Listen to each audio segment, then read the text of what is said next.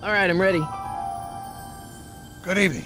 I'm Dr. Emmett Brown. I'm standing on the parking lot at Twin Pines Mall. It's Saturday morning, October 26th, 1985, 1:18 a.m. And this is temporal experiment number 1.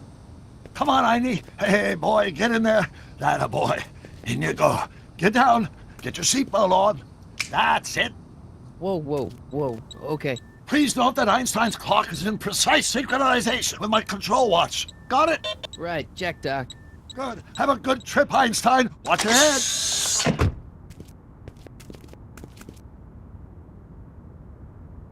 You got that thing hooked up to the car? Watch this. Yeah, okay. Got it.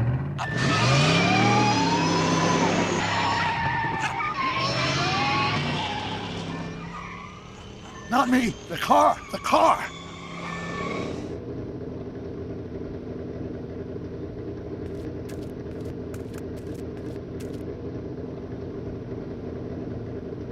If my calculations are correct, when this baby hits 88 miles per hour, you're gonna see some serious shit.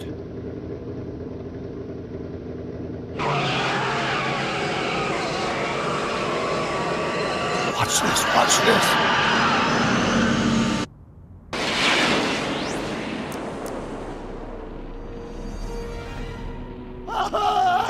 What did I tell you? 88 miles per hour! The temporal displacement occurred at exactly 1:20 a.m. and 0 seconds! Hot Jesus Christ. Jesus Christ, Doc. You disintegrated Einstein. Calm down, Marty. I didn't disintegrate anything. The molecular structure of both Einstein and the car are completely intact. Where the hell are they? The appropriate question is, when the hell are they? You see, Einstein has just become the world's first time traveler. I sent him into the future. 1 minute into the future, to be exact. And at precisely 1:21 a.m. and 0 seconds, we shall catch up with him and the time machine. Wait a minute, Doc. Are you telling me that you built a time machine out of a DeLorean? The way I see it, if you're going to build a time machine into a car, why not do it with some style? Besides, the stainless steel construction made the flux dispersal. Look out!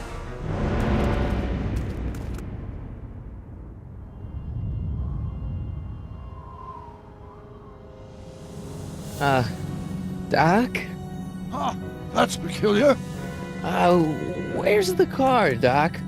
It should have caught up with us 27 seconds ago.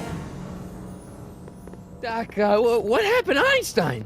No need for concern. It's probably just a minor miscalibration of the time circuits. Marty, could you get my notebook? It should be in the toolbox.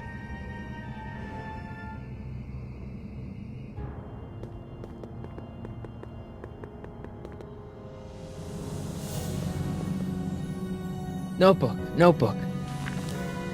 Got it. Flux capacitor? That's it! What the heck's a flux capacitor? My latest invention. The thing that makes time travel possible. In this notebook, I've detailed the nearly 3 decades of scientific breakthroughs necessary to build a working time machine. If it ever fell into the wrong hands, the consequences could be catastrophic. Let's see. Is mass equals I times Z and E. Doc, something's way off here.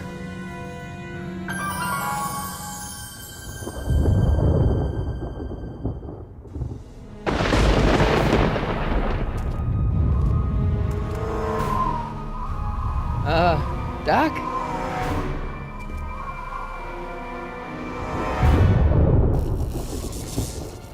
Great Scott! Doc, what is it? I've made a horrible mistake!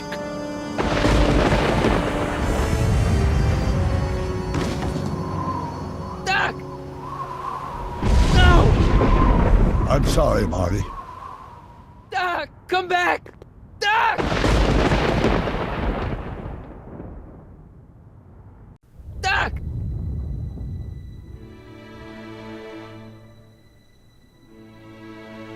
Marty, is everything okay? Yeah, Mom, it was just a nightmare. I was in the past, and Doc was there. Well, you're safe and sound now, back in good old 1986. But you'd better get up. Your father's waiting for you. Huh? Weren't you going to meet him over at Doc's? Holy crap, I'm late!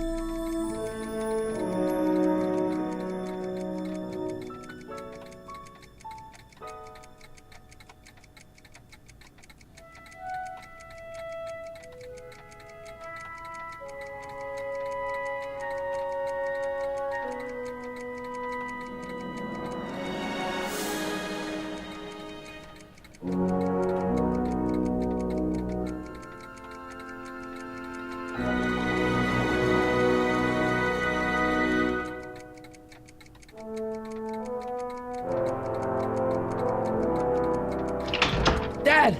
Are we too late to stop the sale?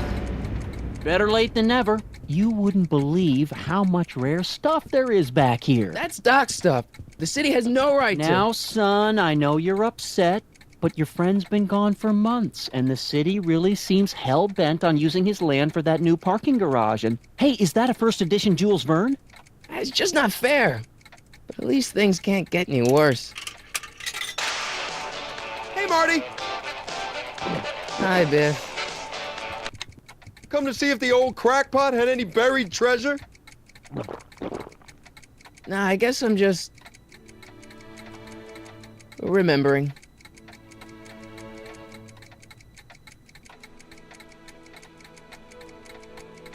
I miss Einstein.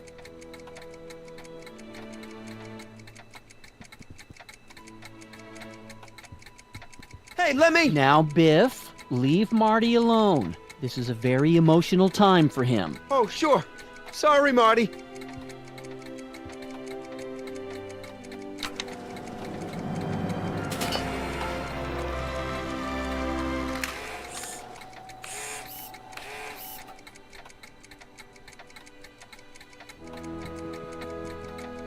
Does nature contrive it so that even with a time machine, you can intervene to prevent your own conception, for example?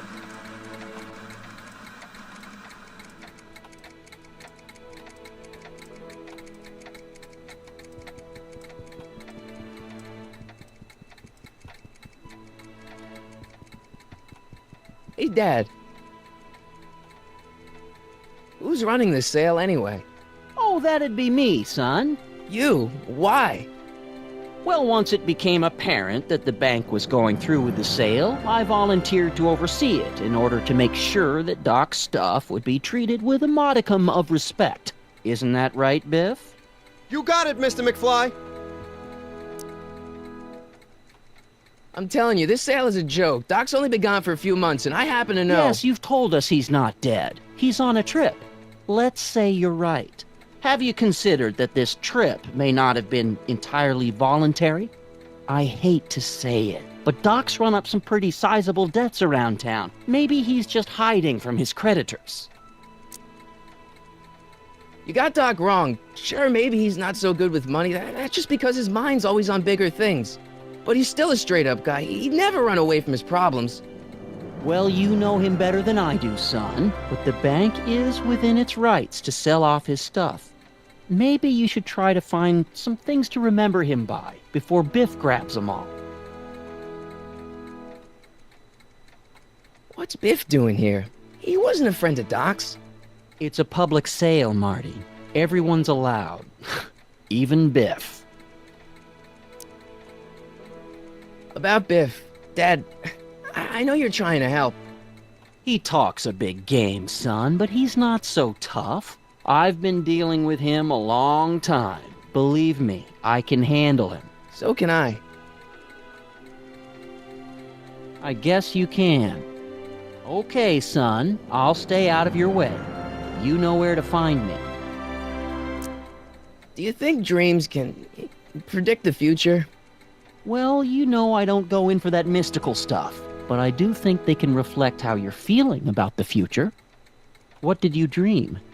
Oh, just weird stuff about Doc. Well, that's understandable, don't you think? I guess, but I feel like it was telling me something. I'll keep looking around. Thanks, Dad.